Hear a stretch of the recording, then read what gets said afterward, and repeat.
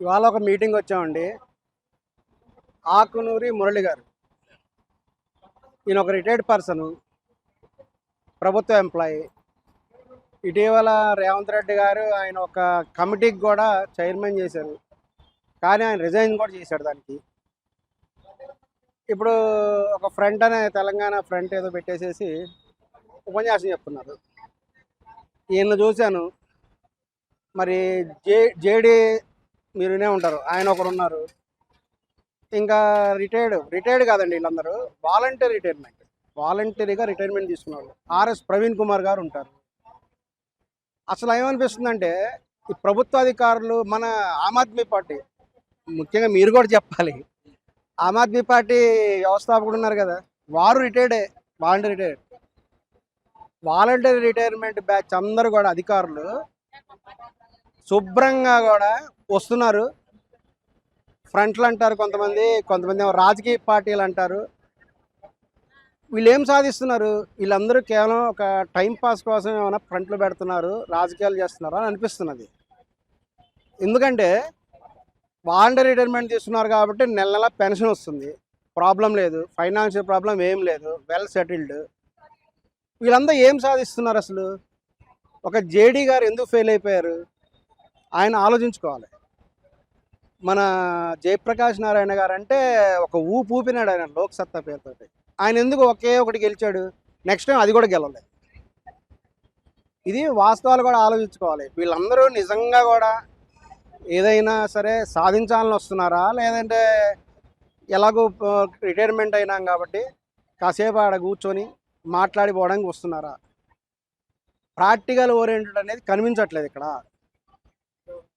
ప్రజలు రావాలి, స్టూడెంట్స్ రావాలి. ఈ రోజున కాక్రోచ్ పార్టీ అని ఒకటి వచ్చింది. పబ్లిక్లో నుంచి లీడర్స్ రావాలి, ముఖ్యంగా యువతరం రావాలి. యువతరమే ఎందుకు రావాలంటున్నానంటే, స్వాతంత్రం వచ్చిన తర్వాత వ్యవస్థ ఎలా జరుగుతూ వచ్చిందో అందరికీ తెలుసు. ఇప్పుడు ఉన్నటువంటి ప్రజెంట్ జనరేషన్ చిల్డ్రన్ ఎవరైతే ఉన్నారో, ప్రజెంట్ జనరేషన్ యూత్ ఎవరైతే ఉన్నారో, వాళ్ళకి నిజమైన ఇండియా అంటే ఏంటి తెలుసు. జేడీ గారికి ఏం తెలుసు? ఆయన శుభ్రంగా ఐఏఎస్ చేశాడు, హ్యాపీగా ఏసీ బస్సులో ఏసీ కార్లో తిరిగాడు, ఏసీ రూమ్లో కూర్చున్నాడు. ఆయనకేం తెలుసు? వాళ్ళు కాదండి, నిజంగా యూత్ బయటకు రావాలి. ఎందుకంటే నిజమైన ప్రజలలో ఉన్న సమస్యలు ఏంటి, అసలు ఏ ప్రభుత్వం ఎలా పనిచేస్తున్నది, ప్రభుత్వ పథకాలు ఎలా ఫెయిల్ అవుతున్నాయి అనేది నిజమైన యూత్కి తెలుసండి. ఈ రోజున కాక్రోచ్ పార్టీ అనేది వచ్చిందంటే ప్రజలలో ఉండేటువంటి అసంతృప్తిలోంచి బయటకు వచ్చింది. ఒక రిటైర్డ్ జడ్జిలకి పదవి ఇవ్వద్దని చెప్పినాడు. దానికి కారణం ఏంటి? కరప్షనే కదా. రిటైర్డ్ జడ్జిలు అంటే ఏంటి? జడ్జిగా పనిచేసినప్పుడు వాళ్ళు అనుకూలంగా తీర్పిస్తాడు, తర్వాత రిటైర్మెంట్ అయిపోయి వాళ్ళకి పదవులు ఇస్తాయి. మొత్తము మన దేశంలో వ్యవస్థనే మార్చాలి, విద్యా వ్యవస్థ కూడా మొత్తం మారాలి. అప్పుడే మన దేశం కూడా బాగుపడుతుంది. రీసెంట్గా కూడా ఒక జడ్జి గారు అన్నారు, ఏంది హైడ్రా రంగనాథ్ గారిని తీసేసేయాలంట. అది చెప్పడానికి ఆయన ఒకడండి, ఆయనకేం అధికారం ఉంది?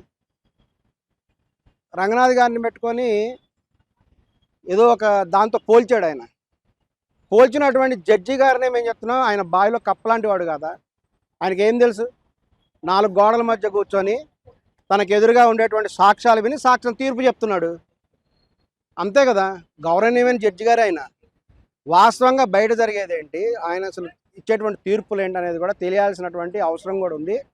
మేమే కూడా ప్రభుత్వ ప్రధాన కార్యదర్శికి కూడా ఒక మెయిల్ అభ్యర్థన చేస్తున్నాము, జడ్జి గారిని ట్రాన్స్ఫర్ చేయండి, రంగనాథ్ గారిని ట్రాన్స్ఫర్ చేయమని చెప్పడానికి ఆయనకి ఎంత అధికారం ఉందో ఒక పబ్లిక్గా రంగనాథ్ గారి మీద తీర్పు ఇచ్చినటువంటి జడ్జి గారినే వేరే దానికి ట్రాన్స్ఫర్ చేయమని కూడా మేము ప్రభుత్వ ప్రధాన కార్యదర్శికి కూడా విజ్ఞప్తి చేస్తున్నాం. ప్రజలు ఎంతోమంది చేస్తున్నాం. నిజంగా కూడా మేము we are all supporting to Hydraa Ranganath. ఆయన్ని ట్రాన్స్ఫర్ చేయమని చెప్పే అధికారం ఏ జడ్జికి కూడా లేదు.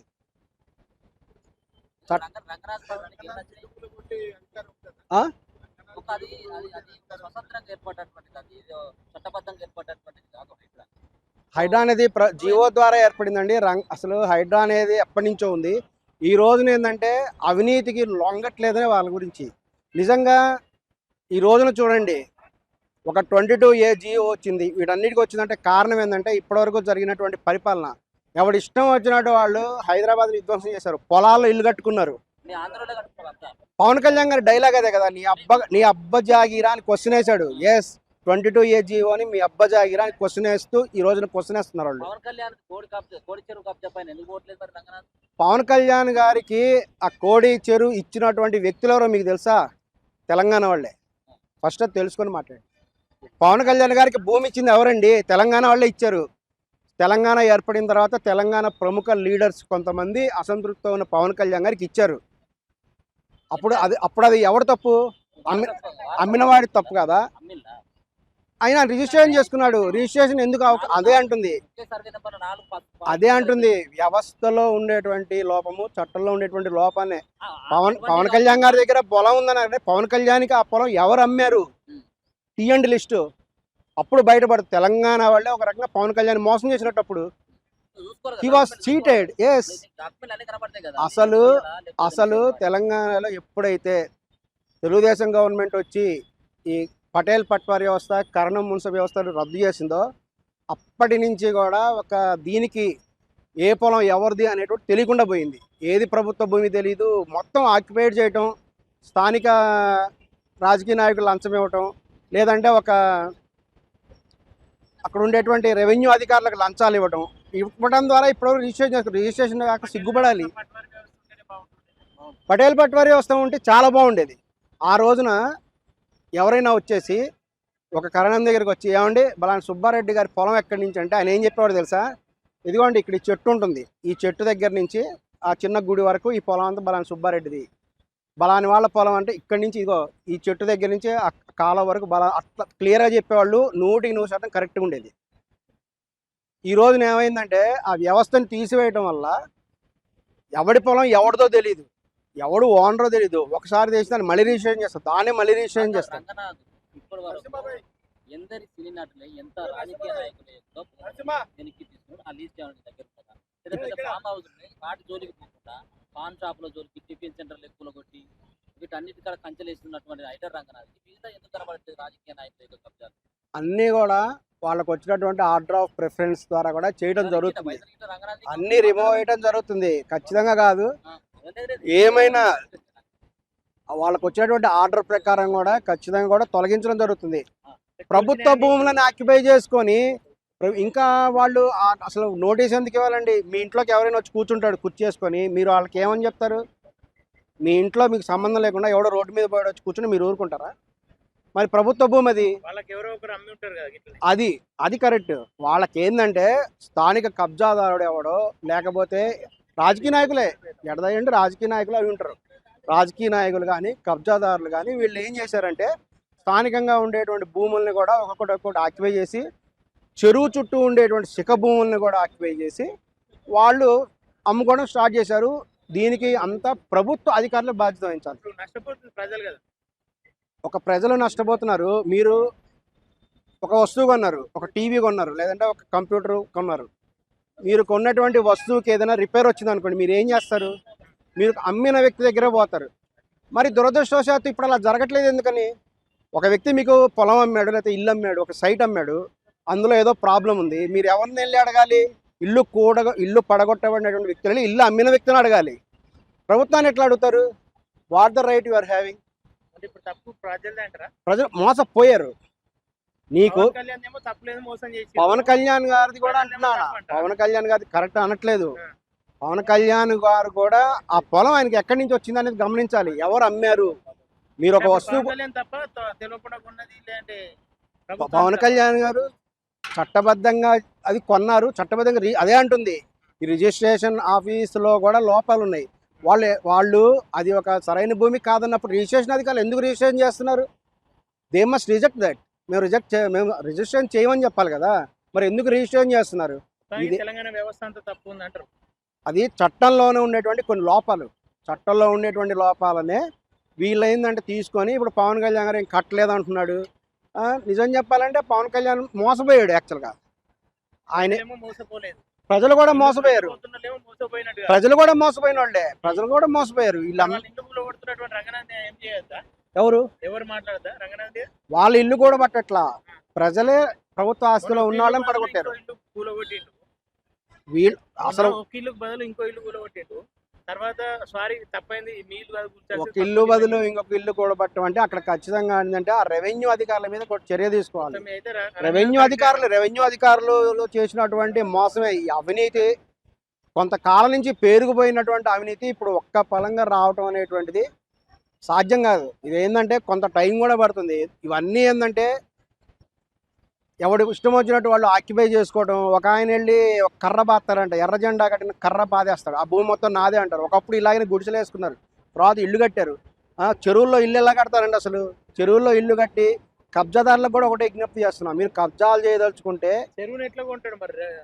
అమ్మారు వాళ్ళు అంటే అమ్మితే చెరువు నమ్మితే చెరువు మొత్తం క్లోజ్ చేసేసారు. వాళ్ళు అమ్మారు, కొంటారు. ట్యాగ్ బండ్ అమ్మితే ట్యాగ్ బండ్ ఆల్రెడీ కొంత పాటు మూసేశారు, అమ్మేశారు కూడా. ఇది వాస్తవం. అందుకనే చట్టబద్ధంగా మార్పులు తీసుకురావాలి. ప్రభుత్వం ఏంటంటే ఒకప్పుడు లా ఉండేది ఏదంటే అగ్రికల్చరల్ ల్యాండ్ ఖచ్చితంగా అగ్రికల్చరలే చేయాలి అనేటువంటి జియో తీసుకురావాలి. వీళ్ళు ఎప్పుడైతే అగ్రికల్చరల్ ల్యాండ్ తీసేసి నాన్ అగ్రికల్చరల్ మార్చేస్తున్నారో, ఈ కబ్జాలు కూడా చేస్తున్నారో, ఇప్పుడు ఖచ్చితంగా ఏంటంటే 22 జియో అనేటువంటిది 100% కరెక్ట్. చాలామంది కూడా కాదు కాదు ఎందుకు కాదు? పవన్ కళ్యాణ్ గారికి క్వశ్చన్ అడుగుతున్నా, మీ అయ్యగారి జాగిరా చెప్పండి. వాళ్ళు మీకు ఆస్తి ఇచ్చారు, అనుభవించండి, ఖచ్చితంగా ఎంజాయ్ చేయండి. ప్రజలందరినీ ఎవరిని కూడా ఎంజాయ్ చేయమన్నట్టున్నాం. అమ్మడానికి అధికారం లేదు, అది మొదటి నుంచి ఉంది. నువ్వు బయటికి వెళ్తున్నావు, మీ ఫ్రెండ్ ఒక నీకు బైక్ ఇచ్చాడు, నా బైక్ వేసుకొని పోను, బైక్ వేసుకో తిరుగు ఏమైనా చెయ్యి, అది అమ్మడానికి నీకు అధికారం ఎక్కడుంది? మళ్ళీ మీ బైక్ మీ ఫ్రెండ్కి ఇచ్చేయాల. పట్టా భూమి అంటే కూడా మీనింగ్ అదే. ప్రభుత్వం ఒక పట్టా భూమి ఇచ్చిందంటే అందులో ఇల్లు కట్టుకో, హ్యాపీగా జీవించగలిగినంత ఉండు. నీ తర్వాత నీ కొడుకులకి, నీ వారసులకి, వాళ్ళ వారసులకి ఇవ్వచ్చు, కానీ అమ్మడానికి లేదు. ప్రాక్టికల్గా హూ ఆర్ యూ? మీ అయ్య జాగిరి అమ్మడానికి అది ప్రభుత్వం. అది నువ్వు అనుభవించు. కావాలంటే మీ ఫ్రెండ్ నీకు బైక్ ఇచ్చాడు, తిరుగు, రోజంతా తిరుగు, 2 రోజులు తిరుగు, సంవత్సరం తిరుగు. పవన్ కళ్యాణ్ భూమి కొన్నాడు కదా, కొనకూడని భూమి కొన్నాడు కదా ఆయన, అదే తప్పే లేదంటారా? దాని మీద అమ్మినోళ్ళు క్లెయిమ్ చేయాలి. అమ్మినోళ్ళు ఎందుకు క్లెయిమ్ చేయట్లేదు? ఎలా తప్పు అవుతుంది? అమ్మినోళ్ళు వచ్చేసి ఇతను ఆక్యుపై చేసే, అతను రిజిస్ట్రేషన్ ఎందుకు చేశారు? మరి క్వశ్చన్ వేసుకోండి, మీకు మీరు క్వశ్చన్ వేసుకోండి, రిజిస్ట్రేషన్ ఎందుకు చేశారు? పని చేసిన వాళ్ళది కూడా తప్పే. అందుకే సుప్రీంకోర్టు ఈ మధ్య తీర్పు ఇచ్చింది, స్వచ్ఛందంగా ఏమైనా చేసుకోవచ్చు, స్వేచ్ఛగా ఉండొచ్చు అని. సుప్రీంకోర్టు ఇచ్చిన తీర్పు అదే. మనం ఏంటంటే దురదృష్టం ఏంటంటే రాజకీయ నాయకులు అందరూ కూడా ప్రజల యొక్క దృష్టిని మరలుస్తున్నారు.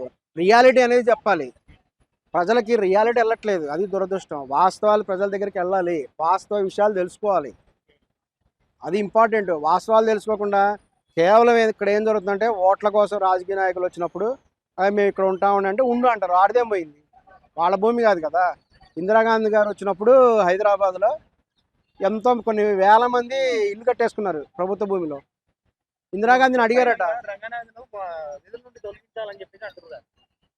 రంగనాథ్ గారు విధుల నుంచి తొలగిస్తే ఇంకో రంగనాథ్ వస్తాడు, ఆయన అలాగే ఉండొచ్చు కదా స్ట్రిక్ట్గా. ఎందుకు తొలగిస్తారు? ప్రభుత్వ భూమిని కాపాడుతున్న తొలగిస్తారా? చెరువుల్ని కాపాడుతున్న తొలగిస్తారా? కోర్టుకు తెలియదు, కోర్టుకు మిస్అండర్స్టాండ్ చేసుకుంది. కోర్టు అనేటువంటిది దారి తప్పింది. ఆ కోర్టులో రంగనాథ్ గారి గురించి తీర్పిచ్చిన జడ్జి గారినే వేరే కోర్టుకి బదిలీ చేయమని కోరుతున్నాను. ఆయన ఎట్లా రంగనాథ్ గారిని ట్రాన్స్ఫర్ చేయమంటే మేమందరం ప్రజలం కూడా ఆయన్ని ట్రాన్స్ఫర్ చేయమని కాదు. అనిల్ కుమార్ అని ఒక ఆయన ఇచ్చాడు, అనిల్ గారిని ఒక ఆయన ఇచ్చాడు తీర్పు. అది అవునండి. కబ్జాదారులకి అసలు దురదృష్టం ఇది మాట్లాడటము. కబ్జాదారులకి కోర్టులు సపోర్ట్గా ఉంటాం ఏంటండి? ఇది ఒక ప్రొసీజర్ నడుస్తుంది. ఒక వ్యక్తి వెళ్తాడు, ఒక భూమిని కబ్జా చేస్తాడు, అక్కడికి వచ్చిన రెవెన్యూ అధికారుల దగ్గరికి వస్తే దాంట్లో తప్పు డాక్యుమెంట్లు పెట్టి కోర్టులో వేసేస్తున్నారు. అది కోర్టు కేసు నడుస్తూ ఉంటుంది, ఒక 10 ఏళ్ళు, 20 ఏళ్ళు, 30 ఏళ్ళు. అది కరెక్ట్ అంటారా? ఏది ఎస్ఐఆర్ ప్రక్రియ అనేది అన్ని రాజకీయ నాయకుల గుండెల్లో కూడా గుబులొస్తుంది. ఎందుకని చెప్తున్నామంటే ఎస్ఐఆర్ అనేటువంటి దాని ద్వారా మెయిన్ ప్రకాష్ రాజు గారి ఓటు పోయింది హైదరాబాద్లో అని తెలుసుకొని మేము చాలా సంతోషించాం. ప్రకాష్ రాయ్ గారికి ఆయన ఓటు, ఆయన పేరు తొలగించాడు లిస్టులో, ఆయన ప్రకటించుకున్నాడు. ఆయన ఎక్కడున్నాడు? ఎందుకంటే అటువంటి ప్రకాష్ రాయ్ లాంటి వాళ్ళు చాలామంది ఉన్నారు. ఒక పక్క ఆయన కర్ణాటక అంటాడు, ఒక పక్క హైదరాబాద్లో తిరుగుతుంటాడు. అటువంటి వాళ్ళు చాలామంది, ఆంధ్రాలో వాళ్ళు కూడా ఉన్నారు. చాలామంది ఆంధ్ర వాళ్ళకి ఒకచోట పెట్టాలి.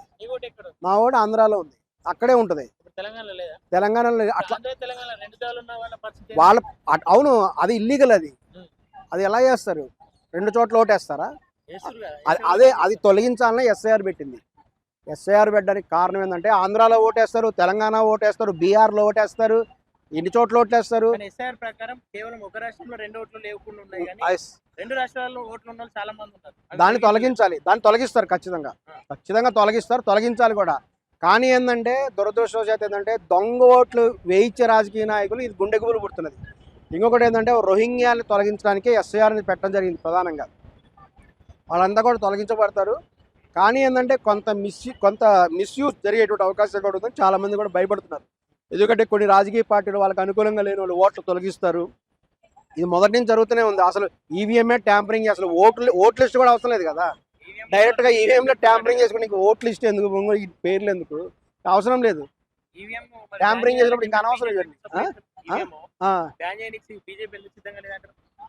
వాళ్ళు సిద్ధంగా లేదు. వాళ్ళ అధికారులు వాళ్ళు అనేది ఏంటంటే వాళ్ళు అనటమనే కాదు, ప్రజలు కూడా ప్రభుత్వాలు కూడా అన్నీ కూడా కొన్ని చోట్ల గెలుస్తున్నారు, కొన్ని చోట్ల ఓడిపోతున్నారు. కాబట్టి కట్టుదిట్టంగా ఉండాలి మాట. అటువంటిప్పుడు ప్రతి పార్టీ నాయకుడు కూడా బూత్లో ఉంటారండి. వాళ్ళు సంతకం పెట్టిన తర్వాతే, ఓకే అని యాక్సెప్ట్ అని సంతకం పెట్టిన తర్వాతనే అక్కడి నుంచి ఆ మిషన్ బయటికి వెళ్తుంది. గుర్తుపెట్టుకోవాలి. చట్టం తెలుసుకోవాలి ఫస్ట్ పబ్లిక్. చట్టం తెలియకుండా ఏది పడితే అది మాట్లాడితే ఎలా? ఒక చోట రిగ్గింగ్ జరిగింది అంటారు. అలా రిగ్గింగ్ జరిగినట్టు అని చెప్తే ఒక సెంటర్ ఉందనుకో, పోలింగ్ బూత్, అక్కడ అన్ని పార్టీ రాజకీయ నాయకులు ఉంటారు, ఏజెంట్స్ ఉంటారు. కాంగ్రెస్ పార్టీ ఏజెంట్ ఉన్నాడు, టీఆర్ఎస్ ఏజెంట్ ఉన్నాడు, తెలుగుదేశం అన్ని పార్టీల ఏజెంట్స్ ఉంటారు. అక్కడ బీజేపీ ఏజెంట్ ఉంటాడు. ఏజెంట్లు అందరూ ఓకే అని సంతకం పెడితేనే అక్కడి నుంచి అది మిషన్ బయటికి వెళ్తుంది. అక్కడ దొంగ ఓటు జరిగినప్పుడు వీళ్ళందరూ సైన్లు ఎందుకు పెట్టారు? అంతా అవినీతినే జరుగుతుంది. అది రిగ్గింగ్ జరిగినట్టు మన అటువంటిప్పుడు వాళ్ళు ట్యాంపరింగ్ మిషన్ తెచ్చుకోమనండి. ఇది చట్టబద్ధంగా వాళ్ళు చెప్పేదంటే అది అసాధ్యం అని చెప్తున్నారు. మరి ప్రాక్టికల్గా పాసిబులా కాదా అనేది ఎవరికి తెలియదు. వాళ్ళు చట్టపరంగా చెప్పడం ఏంటంటే ట్యాంపరింగ్ అసాధ్యం అని వాళ్ళు చెప్తున్నారు. కానీ కొంతమంది చెప్పడం ఏంటంటే కాదంటున్నారు. ఇందులో ఏది వాస్తవం? అనసూయతో ఎట్లుంది సంబంధాలు కొనసాగుతూ ఉన్నాయా లేదంటే అనసూయ గారు రాజకీయాల్లోకి వస్తే బాగుంటున్నాం. అందరు కూడా మేము ఆహ్వానిస్తున్నాం. అనసూయ గారు రాజకీయాల్లోకి వచ్చి ఏదైనా ప్రముఖ పార్టీలో చేరి, తెలంగాణ రాజకీయాల్లో అనసూయ గారు రావచ్చు, ఏదైనా పార్టీలో చేరొచ్చు. లేదంటే ఆమె తన యొక్క ఐడియాలజీ చెప్పి దాని గురించి కూడా ప్రచారం చేస్తే ఖచ్చితంగా వీఆర్ వెల్కమ్. ఎందుకంటే బలమైన ఆలోచన విధానం ఉండేటువంటి నాయకులందరూ కూడా ఇప్పటి తరం వాళ్ళు, ఇప్పటి యూత్ ఎక్కువ మంది రావాలి రాజకీయాల్లోకి. ఇప్పటి అనసూయ గారు ఒకరైనా కాదు, ఇంకా చాలా మంది ఉన్నారు. అందరూ కూడా రాజకీయాల్లో రావాలి. ఇప్పుడు యూత్ రావాలి. మామూలుగా ఏంటంటే చంద్రబాబు నాయుడు లాంటి వాళ్ళు చెప్తుంటారు యూత్ రావాలి. యూత్ని ఎవరు ఎంకరేజ్ చేస్తున్నారు? ఎమ్మెల్యే టికెట్ పోటీ చేయాలంటే నీకు ఎన్ని కోట్లు ఉన్నాయి, ఎంపీ పోటీ చేయాలంటే ఎన్ని కోట్లు ఉన్నాయి. ఇది దురదృష్టవశాత్తు మన తెలుగు రాష్ట్రాల్లోనే ఉంది. మీరు తమిళనాడు పోండి, ఏ మాత్రం ఖర్చు పెట్టలేదు. అక్కడ విజయ్ గారు ఎలా గెలిచారు? అంత బంపర్ మెజారిటీతో విజయ్ గారు గెలిచారు. అదేవిధంగా ఒక రీసెర్చ్ చేస్తే నార్త్ ఇండియాలో కూడా ఎక్కువ ఖర్చు అవ్వదంట. కేవలం దురదృష్టం ఏంటంటే తెలుగు రాష్ట్రాల్లోనే ఈ యొక్క ఖర్చు అనేది ఎక్కువ ఉంది. కేరళలో కూడా చాలా తక్కువ అమౌంట్తో అయిపోతుంది, లక్షల్లోనే ఉంటుంది ఎలక్షన్ ఖర్చు అనేది. మరి దురదృష్టం తెలుగు రాష్ట్రాలకి దురదృష్టం ఏంటంటే ఇన్ని కోట్ల రూపాయలు ఖర్చు పెడితేనే నాయకుడు అవ్వాలి అనేది ఇక్కడ ఉంది. వీళ్ళు ఖర్చు పెట్టే విధానం కూడా ప్రజలు కూడా మార్పు కావాలి.